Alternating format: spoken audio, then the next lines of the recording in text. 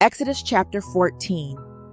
Then the Lord said to Moses, "Tell the Israelites to turn back and encamp near Pi-hahiroth, between Migdol and the sea. They are to encamp by the sea, directly opposite Baal-zephon. Pharaoh will think, 'The Israelites are wandering around the land in confusion, hemmed in by the desert.' And I will harden Pharaoh's heart, and he will pursue them.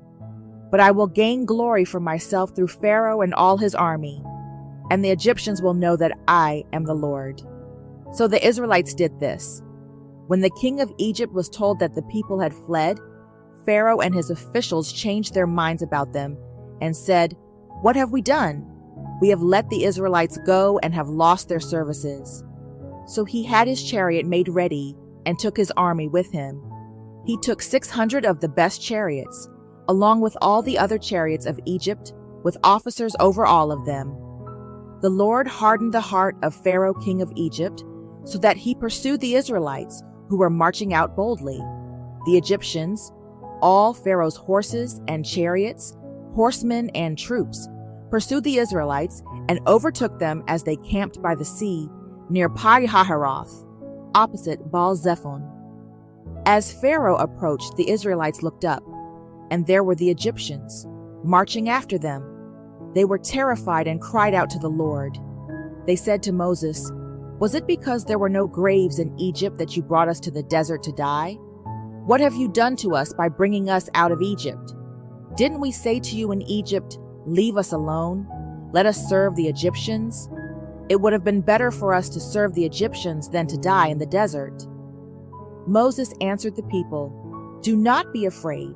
Stand firm, and you will see the deliverance the Lord will bring you today. The Egyptians you see today, you will never see again. The Lord will fight for you. You need only to be still." Then the Lord said to Moses, "Why are you crying out to me? Tell the Israelites to move on. Raise your staff and stretch out your hand over the sea to divide the water so that the Israelites can go through the sea on dry ground. I will harden the hearts of the Egyptians, so that they will go in after them. And I will gain glory through Pharaoh and all his army, through his chariots and his horsemen. The Egyptians will know that I am the Lord when I gain glory through Pharaoh, his chariots, and his horsemen." Then the angel of God, who had been traveling in front of Israel's army, withdrew and went behind them. The pillar of cloud also moved from in front and stood behind them, coming between the armies of Egypt and Israel. Throughout the night, the cloud brought darkness to the one side and light to the other side, so neither went near the other all night long.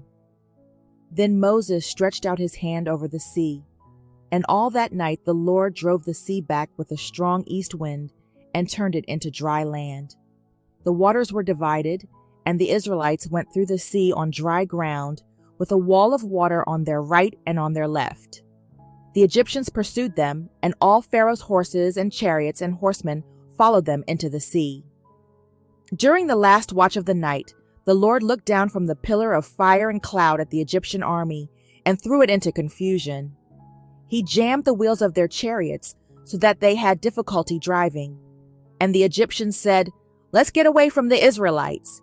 The Lord is fighting for them against Egypt."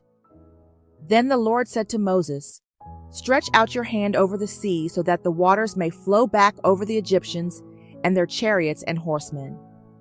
Moses stretched out his hand over the sea, and at daybreak the sea went back to its place. The Egyptians were fleeing toward it, and the Lord swept them into the sea. The water flowed back and covered the chariots and horsemen, the entire army of Pharaoh that had followed the Israelites into the sea. Not one of them survived. But the Israelites went through the sea on dry ground, with a wall of water on their right and on their left. That day the Lord saved Israel from the hands of the Egyptians, and Israel saw the Egyptians lying dead on the shore. And when the Israelites saw the mighty hand of the Lord displayed against the Egyptians, the people feared the Lord and put their trust in him and in Moses his servant.